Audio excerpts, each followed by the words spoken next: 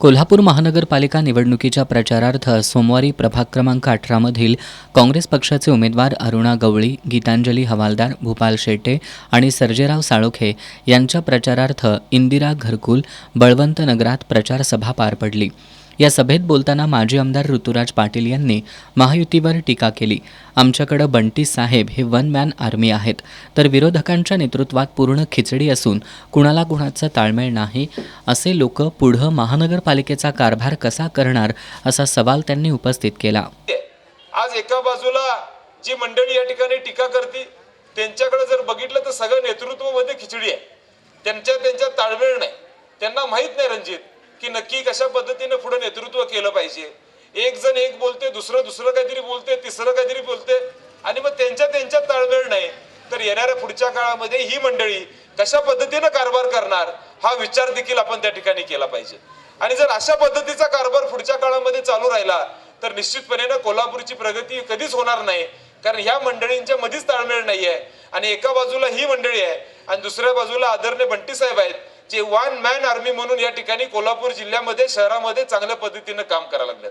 आमदार सतेज पाटील यांनी थेट पाईपलाईन योजना मंजूर करून पुईखडीपर्यंत स्वच्छ आणि मुबलक पाणी आणलं। मात्र दुर्दैवानं प्रशासनानं आणि राज्यातील सत्ताधाऱ्यांनी शहरातील पाणी वितरण व्यवस्था सुरळीत करण्यासाठी काहीही केलं नाही, अशी टीका माजी आमदार पाटील यांनी केली। त्या मंडळींना माहित नसेल की थेट पाईपलाईन जो प्रकल्प आहे हा नक्की काय आहे, ही जी माहिती कदाचित विरोधकांना त्या ठिकाणी माहित नाही। कारण जे थेट पाईपलाईनचा प्रकल्प आहे हा प्रकल्प कोल्हापूरला स्वच्छ आणि स्वच्छ पाणी देण्याच्या उद्देशाने आदरणीय बंटी साहेबांनी 2014ला सुरू केलं आणि ते पाईपलाईन आपण आज खऱ्या अर्थानं जिथनं धरणातून पाणी उचलतो तिथून पुईखडीपर्यंत कोल्हापूरमध्ये आपण त्या ठिकाणी पाणी आणणं ही आदरणीय बंटी साहेबांची जबाबदारी होती। आणि मग आज मुबलक पाणी, स्वच्छ पाणी आदरणीय बंटी साहेबांच्या माध्यमातून कोल्हापूरमध्ये आलं। दुर्दैवानं या 5 वर्षामध्ये आज आपल्याला माहिती प्रशासक आहे आणि या सगळ्या गोष्टी आज जी वितरण व्यवस्था आहे ही वहिनी चांगल्या पद्धतीने झाली नाही, म्हणून आज या अडीअडचणी आपल्या समोर येतात। ही जबाबदारी कुणाची होती? तर ही जबाबदारी महानगरपालिकेच्या सर्व आज त्या ठिकाणी अधिकाऱ्यांची होती। ही जबाबदारी कुणाची होती? तर ही जबाबदारी आज सरकारची होती आणि मग हे त्यांनी काम करायचं नाही आणि आपल्यावर कुठेतरी टीका करायची अशी परिस्थिती आज या ठिकाणी आपल्याला बघायला मिळते। माझी विनंती, थेट पाईपलाईन पाण्याच्या वितरणासाठी अमृत योजनेअंतर्गत पाण्याच्या टाक्यांच्या बांधकामाचं काम भाजपचे मंत्री सुरेश खाडे यांच्या मुलानं घेतलं आणि ते काम अपूर्ण ठेवलं।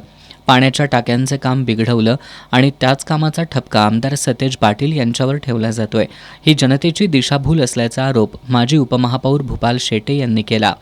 अमृत योजनेतून थेट पाईपलाईन करत असताना अमृत योजनेतून शहरामध्ये संपूर्ण ठिकाणी जी अमृतमधून पिण्याची पाईपलाईन धरली, दरम्यानच्या काळात सत्ता बदलली आणि भाजपचे, मी काय जाहीर नावच घेते कारण माझ्याकडे माहिती अधिकारात पेपरच आहेत, सगळ्या कोल्हापूर शहरांना पण माहिती आहे, मी काही घाबरत नाही।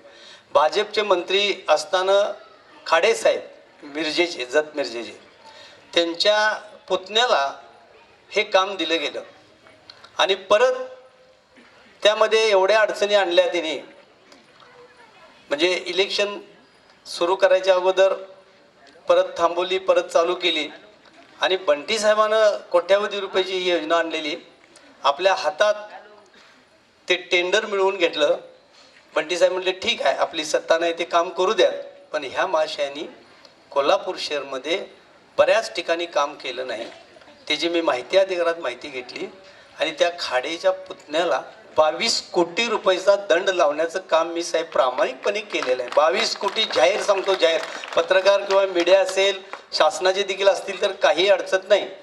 अनेक मुलगा म्हणजे त्यांचा मुलगाच, त्या मुलग्यानं ते काम घेतलं आणि कामाची वाट लावली।